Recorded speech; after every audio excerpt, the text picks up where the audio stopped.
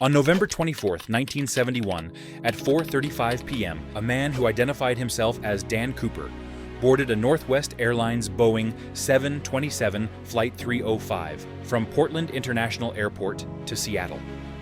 Was wearing a black raincoat, a dark business suit, a pressed white shirt, sunglasses, and a narrow tie. Shortly before, he had approached the Northwest counter, carrying a black suitcase and a one-way ticket. The flight was scheduled to take about half an hour. After boarding the flight, Cooper sat at the back of the plane. Immediately after takeoff, he handed a note to flight attendant Florence Spinner. After she did not read the note immediately when it was given to her, Cooper told her, "Ma'am, you should look at the note. I have a bomb." The note was written in large block letters. "I have a bomb in my suitcase. I will use it if necessary. I want you to sit next to me. This plane has been hijacked." Cooper demanded $200,000 in unmarked $20 bills and 4 parachutes. He demanded the money and parachutes be transferred to the plane upon landing in Seattle, threatening to blow up the plane. Spinner reported this to the cockpit, and Captain William Scott immediately contacted the control tower. The control tower contacted the FBI, who ordered Scott to cooperate with the hijacker. Spinner returned to Cooper and sat down next to him, trying to verify whether the bomb in the briefcase was real. Cooper, sensing this, opened the briefcase, and inside, Spinner saw electrical wires and what she thought were red sticks of dynamite, which convinced her that the bomb was real. Cooper instructed her to tell the pilot not to land until the money and parachutes he requested were ready at the airport. The plane began circling over Seattle as authorities attempted to comply with Cooper's demands. The FBI gave him the money in unmarked bills as he requested, but each bill was photographed on camera so that its serial number was recorded.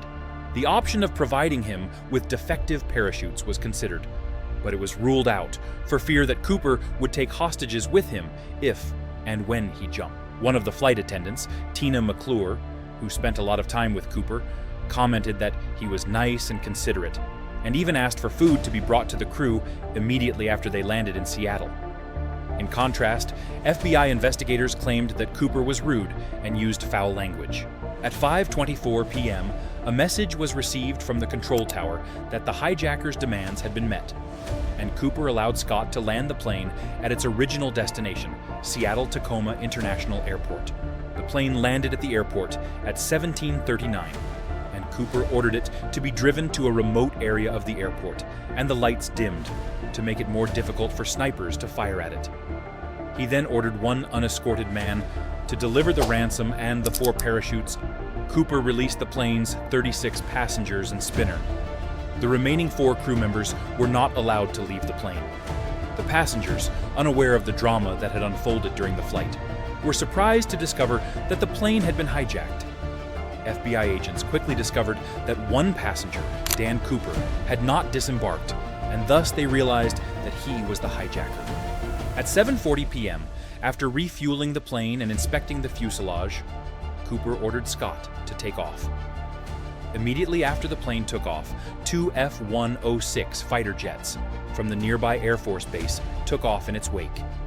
But due to Cooper's insistence on flying at a low speed of 200 miles per hour, the planes, designed for high-speed flights, had difficulty following the passenger plane. In addition, the poor weather conditions made it even more difficult for the fighter jets to keep the plane in sight. Cooper also demanded that the flaps be flown at a 15-degree angle and the wheels be down, and ordered the pilot to maintain an altitude of 3,000 meters to allow the plane's door to be opened without endangering its passengers. At 2013, the crew noticed a red light on the dashboard, indicating that the rear door of the plane had opened. Cooper had previously instructed not to activate the air pressure control. If he had not done so, the air pressure differences would have prevented him from opening the plane door. Over the intercom, Scott asked Cooper if there was anything he could do for him. Cooper replied in the negative. This was the last time his voice was heard. In total darkness and torrential rain, he jumped from the plane and was never seen again. About 2 hours later, at 10:15 p.m., the plane landed in Reno, Nevada, with the rear steps dragged along the runway. FBI agents who searched the plane found several fingerprints that may have been Cooper's and 2 parachutes. The suitcase with the bomb, the money, and the other 2 parachutes were gone. The stormy weather on the night of the jump meant that the search did not begin until the next day. Investigators had difficulty determining Cooper's exact landing location, as the time and place he jumped from the plane were unknown. However, based on the estimated time of the jump, they assumed he landed in Washington state, near the Oregon border, in an area of dense forests, lakes, and mountains. In the early days, the search was conducted by small groups of FBI agents and local police officers who scoured the area on foot, with the assistance of helicopters and boats. Northwest Airlines even offered a $25,000 reward for information leading to the hijackers' whereabouts. After months passed and no new evidence was found, military personnel and members of the National Guard joined the search. After about 6 weeks of joint searches of the presumed landing area, the hunt ended without results. No trace of Cooper or his parachute was found, and the question of whether Cooper survived the jump or not remains controversial among researchers to this day. Investigators quickly determined that Cooper had no partner on the ground waiting to assist him with his landing, as the plane's speed and altitude at the time of the jump, along with the turbulence and changing wind directions, made it impossible to predict the exact landing site. The FBI began focusing on trying to locate the ransom notes and published their serial numbers to banks, loan companies, and businesses.